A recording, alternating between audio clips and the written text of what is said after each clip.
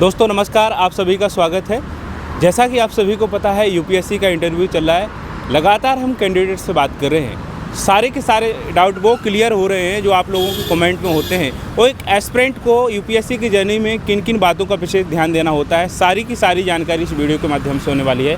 तो सर बहुत बहुत स्वागत है आपका और बधाइयाँ। Thank you so much. कैसा रहा इंटरव्यू, अपने बारे में बताएंगे। सबसे पहले क्या नाम है, कौन सा अटेम्प्ट है, क्या माध्यम है? मेरा सेकंड अटेम्प्ट है एंड मैं ऑलरेडी सिलेक्टेड हूँ एंड मेरा इंटरव्यू अराउंड 25 से 30 मिनट्स चला and it was a very nice experience और सब कुछ अच्छा रहा। अच्छा, हाँ। नाम आपने क्या बताया सर? मेरा नाम आदित्य है। आदित्य जी। इंग्लिश मीडियम में आप? या इंग्लिश माध्यम है मेरा। पोल साइंस इंटरनेशनल रिलेशंस मेरा ऑप्शनल सब्जेक्ट है। अच्छा। दूसरा अटेम्प्ट है, पहला इंटरव्यू आपका? या नो इट्स माय सेकंड मेरा दूसरा इंटरव्यू। पहले इंटरव्यू में मैं ऑलरेडी सिलेक्टेड हूँ। अच्छा। ये मेरा दूसरा अटेम्प्ट है। अच्छा। रैंक इंप्रूव करने के लिए मैंने इंटरव्यू अच्छा IRS में आप या अच्छा, तो मैं बता देता हूँ आप लोगों को, सर का पहले अटेम्प्ट में इनका सिलेक्शन हो चुका था। IRS की पोस्ट इनको मिली है और इस बार रैंक को बढ़ाने के लिए सबका ही इच्छा होती है कि IAS बने, IPS बने, जो भी इनकी इच्छा हो। तो सर बधाई आपको फिर से अगेन की सिलेक्टेड हैं आप। फिर भी आप आज बताएंगे कैसे क्या सवालात रहे, कैसे रहे और कहाँ से ज़्यादा पूछे गए? मेनली डेफ से रिलेटेड कोई क्वेश्चंस पुटअप किए नहीं गए। विद्युत बिहारी स्वान सर का बैच था। जी। डेफ से रिलेटेड कोई क्वेश्चन ऐसा पूछा नहीं गया। ऐसा जैसे कि आज सभी को परिचित हैं आज हमारा आर्मी डे है। सो उससे थोड़े से क्वेश्चंस रेज हुए थे। कुछ थोड़ा बहुत करंट अफेयर्स से क्वेश्चंस पुटअप हुए थे। बाकी डेफ से रिलेटेड बहुत कम क्वेश्चंस पूछे गए हैं। थोड़े से पेक्यूलियर से क्वेश्चंस थे, थोड़े डिफरेंट क्वेश्चंस थे। जो अपेक्षाएं थी उसके अनुसार क्वेश्चंस पुटअप नहीं हुए थे। बाकी सब अच्छा रहा। अच्छा, सिलेक्टेड हैं ऑलरेडी, तो यहाँ से भी कुछ सवाल बनने हैं, पूछा है उन्होंने? अगर आप जब एक परीक्षा को उत्तीर्ण कर लेते हैं और जब आप एक ऑलरेडी एक पहले आप एस्पिरेंट होते हैं, देन जब आप अपना प्रयास देते हैं, आप रैंक इंप्रूव करने के लिए या फिर आप ऑलरेडी सिलेक्टेड होते हैं, तो आपसे अपेक्षाएं होती हैं उनको। आपको उन अपेक्षाओं पे खरा उतरना पड़ता है। जब आप एक एस्पिरेंट होते हैं तो आपके पास प्रैक्टिकल नॉलेज नहीं होती। जब आप सिलेक्टेड होके और आप किसी सर्विस को ज्वाइन करते हैं तो उनको ये अपेक्षाएं हो जाती हैं that nowadays you will have a practical knowledge also. What will you do when you represent as a government of India? पहले आप केवल एक प्रिपरेशन करते हैं, बट जब आप एक सर्विस ज्वाइन करते हैं तो आप एक प्रैक्टिकल नॉलेज, विभाग की नॉलेज, गवर्नमेंट ऑफ इंडिया की नॉलेज, तो आपसे अपेक्षाएं उनको रहती हैं। आपको उन अपेक्षाओं पे खरा उतरना पड़ता है। अच्छा सर, तो रणनीति के बारे में बताएंगे। शुरुआत की रणनीति आपकी क्या रही, जॉब के बाद की रणनीति क्या रही, और एक एस्पिरेंट को किन किन बातों का ध्यान देना होता है? देखिए, मेरा जब मैंने यूपीएससी का अपना सफ़र स्टार्ट किया था, जब सफ़र की शुरुआत करी थी, तो मैं एक मध्यम परिवार से आता था। बहुत मध्यम परिवार से मैं था और जॉब के साथ ही मैं प्रिपरेशन करता था। मैं उस टाइम भी CGL में था और एक जॉब के साथ ही मैं प्रिपरेशन करता था। तो वहाँ भी अनेकों कठिनाइयाँ सामने आई हैं, कठिनाइयाँ मिली थी, मगर उन कठिनाइयों को पार करके मैंने पहले प्रयास में अपना उत्तीर्ण किया था। मेरा मेनली फोकस ये रहता था कि I should give 6 to 8 hours या 10 hours to my preparation and then फिर साथ में जॉब भी करनी होती थी और प्रिपरेशन भी करनी होती थी। टफ तो रहा है सफ़र, मगर कुछ भी आप जब एक अच्छा कुछ पाना चाहते हैं तो आपको जो कठिनाइयाँ आती हैं वो तो आपको पार करनी होती हैं। आपकी अगर इच्छाएं हैं तो आपको उन्हें पूर्ण करने के लिए परिश्रम तो करना ही पड़ेगा। सो आप सिविल सर्विस में आएँ तो ये सोच के ना आएँ कि सब सफ़र आसान रहेगा। सफ़र कठिन रहता है, बट कठिनाइयों को पार करके ही कुछ आपको प्राप्त होता है। अच्छा, आपने बताया कि CGL में आप पहले सिलेक्टेड, इसके बाद UPSC दिया, तो CGL में भी आप इससे पहले भी CGL का दिया था, पहली बार में CGL में भी हुआ था? नहीं, मेरा CGL तीसरे प्रयास में हुआ था। मगर ये है कि जब आप एक परीक्षा को उत्तीर्ण करते हैं तो आपके अंदर एक सेल्फ कॉन्फिडेंस आ जाता है। अच्छा। वो आपको बड़ा फ़ायदेमंद होता है। सेल्फ कॉन्फिडेंस आ जाता है। आपके विभागीय अफसर भी आपकी बड़ी मदद करते हैं। तो एक एक्सपीरियंस के साथ ही आपको कई चीज़ें आसान भी हो जाती हैं कई चीज़ें। जैसे जितना आसान हमें लगता है कि प्री निकल गया, मेंस इंटरव्यू फाइनल सिलेक्शन हो गया, उतना आसान होता नहीं है। आपकी रणनीति खासकर प्री के लिए, सीसेट के लिए, आपका तो जैसे सीजीएल हो गया था तो मैथ अच्छी होगी, ऐसे छात्र होते हैं जो बिगनर्स होते हैं, जो देना चाहते हैं, उनके लिए क्या करना चाहिए? कौन कौन सी ऐसी बातें जो ध्यान देना चाहिए प्री के लिए खासकर? पोज करोगे? हाँ जी, हेलो, थोड़ा पोज करो, पोज कर लो, पोज कर लो। क्या सवाल था? तो सवाल हमारा ये है सर कि जो प्री की तैयारी होती है काफ़ी इसको चैलेंजिंग माना जाता है, खासकर प्री निकालना, फिर तो आसान चीज़ें लगने लगती हैं, तो क्या रणनीति होना चाहिए एक एस्पिरेंट की? आपने क्या क्या किया था इसके लिए? प्रीलिम्स के लिए जैसे मैं सीजीएल का एस्पिरेंट रहा था, तो मैंने मैथमेटिक्स और इंग्लिश वगैरह हमने प्रिपरेशन ऑलरेडी की हुई थी। उसमें इतना चैलेंज हमारे लिए प्रीलिम्स नहीं रहा। मेरे लिए खासकर इतना प्रीलिम्स चैलेंजिंग नहीं था, बट आज का थोड़ा सा प्रीलिम्स बहुत चैलेंजिंग हो गया है।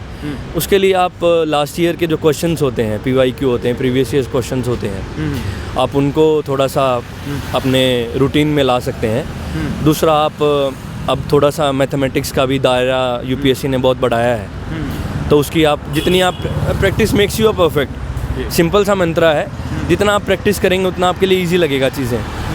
कुछ भी बगैर प्रैक्टिस के, बगैर परीक्षण के कुछ भी नहीं होता, तो आपको प्रैक्टिस करना बहुत ज़रूरी है। आप जितना प्रैक्टिस करेंगे उतना ही आप ग्रूम होंगे, और तो मेरा यही है कि आप प्रैक्टिस करिए, practice makes you a perfect. बाकी प्रीलिम्स अब थोड़ा सा दायरा बढ़ा है प्रीलिम्स का, तो प्रीलिम्स को भी उतना ही ध्यान में रख के प्रिपरेशन करें जितना आप मेंस के लिए कर रहे हैं। मैथमेटिक्स को टाइम दीजिए, इंग्लिश को टाइम दीजिए।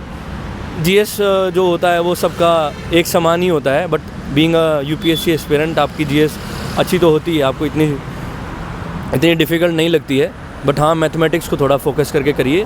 प्रीवियस ईयर्स क्वेश्चंस आपकी बहुत हेल्प करते हैं, और जितना आप प्रैक्टिस करेंगे, मॉक्स लगाएंगे, तो उतना आपका बेहतर होता चला जाएगा। अच्छा, कितने सालों के पीवाईक्यू आपने लगाए थे और कितने लगाना चाहिए एस्पिरेंट? 10 ईयर्स, 10 साल के आई थिंक सफिशेंट है, बिकॉज रिपीटिशन भी होती हैं चीज़ें। 10 साल बहुत है, 10 साल के आप अगर करेंगे तो बहुत है 10 साल। एनसीईआरटी का कितना रोल होता है? एनसीईआरटी को स्किप किया था आपने कि पढ़ा था? नहीं, देखिए 2 चीज़ें हैं, वो आपके ऊपर डिपेंड करता है आपका आईक्यू कैसा है, या आपने एनसीईआरटी किस तरीके की फ़ॉलो करी है। मेनली 2 चीज़ें होती हैं, या तो आप एनसीईआरटी से ही अपना सफ़र स्टार्ट करें, या फिर आप जब टॉपिक्स पढ़ रहे हैं तो टॉपिक वाइज आप एनसीईआरटी से चीज़ें उठा के भी पढ़ सकते हैं। वो आपका टाइम, आपके पास कितना समय है, समय सीमा कितनी है आपकी, वो उस पर बहुत डिपेंड होता है चीज़ें। अच्छा। सर, जैसे कि आपने बताया कि इंग्लिश मैथ हमारा ठीक था और उससे सीसेट में प्रॉब्लम नहीं होती, लेकिन फिर भी जीएस के बारे में हम बात कर रहे हैं कि जीएस में कौन कौन से ऐसे टॉपिक रहते हैं जहाँ से हर साल सवाल बनते हैं, और वो टॉपिक याद क्या करें, कैसे करें छात्र, जिस पे ज़्यादा फोकस करके प्री निकाला जा सकता है? पहला पेपर देखिए, यूपीएससी हर बार अपना पैटर्न चेंज कर देती है। जी। आप ये नहीं उम्मीद कर सकते कि 20 क्वेश्चंस हमारे हिस्ट्री से आएंगे, या 20 ज्योग्राफी से आएंगे, या 20 इकोनॉमिक्स से आएंगे, या 20 आपके किसी अन्य सब्जेक्ट से आएंगे, या जनरल साइंस से टॉपिक्स आएंगे। तो आपको एक अब मैं वहीं दोबारा दोहरा के आता हूँ पीवाईक्यू में।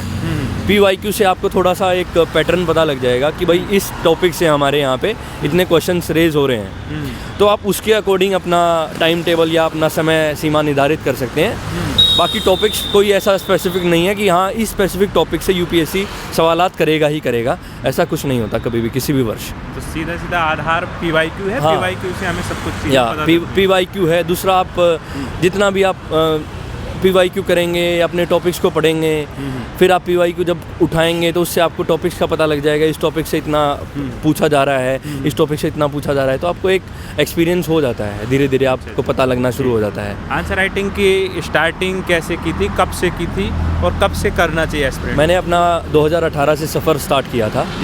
2018 में मैंने प्रिपरेशन स्टार्ट करी थी।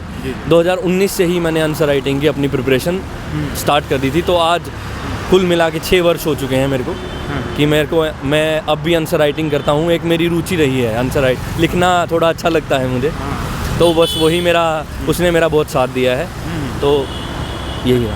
अच्छा, तो कौन कौन सी बातों को आप ध्यान देते हैं? एस्पिरेंट को क्या क्या इसमें ध्यान देना चाहिए आंसर राइटिंग के लिए? प्लीज़ आप टॉपिक को पूरा टॉपिक का नॉलेज गेन करिए। जी। टॉपिक के बारे में पढ़िए, भी टॉपिक में पूछ क्या रहा है, उसकी हमसे अपेक्षाएं क्या हैं, क्या सवाल हमसे वो कर रहा है, क्या वो हमसे पूछना चाह रहा है।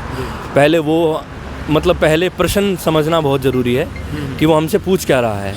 उसके बाद उसका आंसर हम अपने अनुसार निर्धारित कर सकते हैं, बना सकते हैं। पहले प्रश्न को समझना बहुत ज़रूरी है। पहले आप दिमाग में प्रश्न को निर्धारित करिए, फिर उसके अनुसार आप लिखिए और वो पूछ क्या रहा है हमसे, सिर्फ उसी का जवाब दीजिए। आपको पूरा टॉपिक दोहराने की ज़रूरत नहीं है। आपसे जितना पूछा जाए सिर्फ उतना ही आप उसको बहुत मध्यम सा बना के और लिख सकते हैं। अच्छा। करंट अफेयर्स के लिए क्या न्यूज़पेपर या मैगजीन या दोनों को आप कर रहे हैं? न्यूज़पेपर आपके लिए वैसे भी प्रत्येक एस्पिरेंट के लिए न्यूज़पेपर बहुत ज़रूरी है पढ़ना। न्यूज़पेपर से मेरे को एक इतना सहयोग मिला है कि मेरा पढ़ने का बड़ा मन करता था। एक क्यूरियोसिटी जनरेट करता है न्यूज़पेपर अकॉर्डिंग टू मी, और वो क्यूरियोसिटी से आप और ज़्यादा पढ़ सकते हैं। अगर आप कोई चीज़ों को डीपली पढ़ेंगे तो आपको रुचि और ज़्यादा होगी आपकी। कोई भी चीज़ की बाहरी नॉलेज वो आपके लिए अच्छी नहीं होती। It's very hazardous to you, dangerous होती है। आप किसी कॉन्सेप्ट को जब डीपली फॉलो करते हैं तो आपकी रुचि बहुत जनरेट होती है, आपका पढ़ने का मन करता है।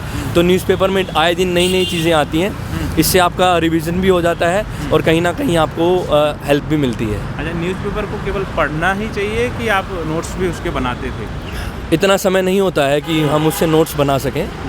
अगर आप पढ़ रहे हैं तो आपको नोट्स बनाना बहुत ज़रूरी है। बीइंग UPSC का अभ्यर्थी आपको नोट्स बनाना बहुत ज़रूरी है, मगर इतना समय नहीं होता है। जैसे मैंने UPSC दिया है तो इतना समय किसी के पास भी निर्धारित नहीं होता है।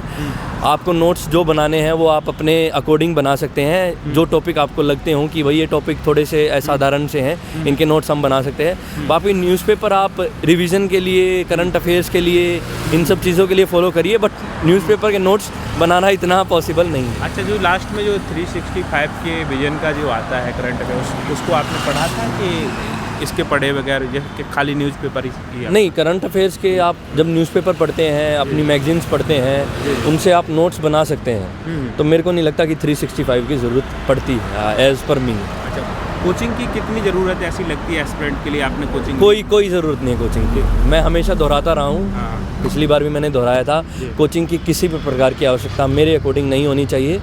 आप अपना सेल्फ जितना अपने खुद में मतलब कहते हैं ना कि खुद में झांकेंगे कि मेरा कहाँ क्या कमी है, कहाँ मेरा लूप होल है, कहाँ मेरा लूज पॉइंट है। आप अगर उसको फॉलो कर रहे हैं, वो आपको बेहतर से बेहतरीन बना देगा और बेहतरीन ही बनना है आपको। अच्छा, एक सवाल और था छात्रों का कि हाँ, एसे और एथिक्स जो पेपर होता है, फोर्थ पेपर, इसके लिए क्या कर रहे थे आप? जैसे कोचिंग नहीं ली है तो कोई हेल्प आपने ली हो, नोट्स बनाया हो, नोट्स आपने पढ़े हो, तो क्या किया था? मेरे कुछ मित्र गण रहे हैं जो ऑलरेडी सिलेक्टेड हैं जी। मेरी 2-3 फ्रेंड्स हैं जो IPS हैं, IAS हैं, उन्होंने मेरा बड़ा हेल्प किया है जी। बाकी एथिक्स के लिए आप नोट्स फॉलो कर सकते हैं, किसी भी कोचिंग के नोट्स आप ले सकते हैं जी।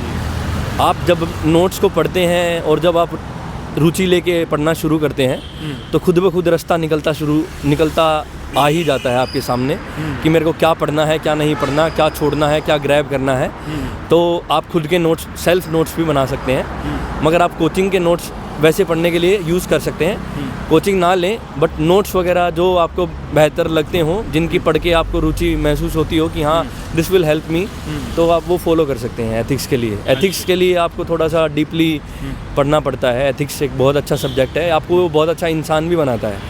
एक सब्जेक्ट ही नहीं है, आपको एक बेहतरीन इंसान भी वो बनाता है। तो एक बेहतरीन इंसान बनने के लिए एथिक्स को डीपली फॉलो कर सकते हैं। अच्छा, आपने शुरुआत में बात की थी कि हमारा जो मध्यम वर्ग परिवार से आते हैं, जॉब से पहले आपकी पढ़ाई में किन किन बातों का ध्यान देना, मतलब संघर्ष को देखना पड़ा है आपको, और एक छात्र के जीवन में क्या क्या उतार चढ़ाव होते हैं, आप क्या कहना चाहेंगे इसके लिए? संघर्ष एक छात्र के जीवन में बहुत ज़्यादा होता है। आपको गरीबी के संघर्ष से गुजरना पड़ता है, आपको समाज के लोगों से जूझना पड़ता है, समाज आप पे कटाक्ष करता है, वह कईयों की आपसे अपेक्षाएं होती हैं, कई द्वेष की भावना रखते हैं, पर अनेकों प्रकार का संघर्ष एक विद्यार्थी के जीवन में होता है। मगर एक सच्चा विद्यार्थी वही है जो इन संघर्षों को, समाज के कटाक्ष को, सबको भुला के और अपनी सफलता के एपिटोम पे पहुंचता है। उससे महान योद्धा मैं किसी को नहीं मानता। और आप अगर संघर्ष से नहीं जूझ सकते तो आप फिर छात्र भी नहीं हो। संघर्ष ही आपको एक योद्धा बनाता है। आप अपनी ज़िंदगी में योद्धा बन के निकलिए। संघर्ष सबके जीवन में होता है, एक छात्र के जीवन में नहीं होता, सबके जीवन में होता है। और संघर्ष यहाँ नहीं होता। जब आप सफल होके और जब आप सर्विसेज में जाते हैं, वहाँ भी अनेकों प्रकार के संघर्ष होते हैं। सिविल सर्विसेज इसी को कहते हैं। हम सिविल सर्वेंट हैं, हमें आगे चल के भी समाज की सेवा करनी है, सिविल को सर्वेंट के तौर पे हमें देना है। तो वो उसका भी एक अपना ही संघर्ष होता है। तो वो उसकी आपकी पहले दिन से ही एक परीक्षा स्टार्ट हो जाती है और वही आपके ताउम्र जब तक आप सर्विसेज में रहते हैं आपके साथ रहती है। अच्छा, एजुकेशनल बैकग्राउंड क्या रहा आपका? मैंने बीटेक किया हुआ है कंप्यूटर साइंस से जी। और उसके बाद मैंने अपनी सिविल सर्विसेज की परीक्षा स्टार्ट करी थी। तो दोस्तों ये थे वो सारे के सारे सवाल जो आप लोगों के कमेंट में रहते हैं। जो भी आपके सवाल और रह गए हों तो कमेंट करके बता सकते हैं। अगले वीडियो हम सारे के सारे डाउट क्लियर करने वाले हैं। सर बहुत बहुत धन्यवाद आपका और आपको ऑल द बेस्ट कि आपका सिलेक्शन फिर से हो, जो भी आपकी इच्छा है। Thank you sir.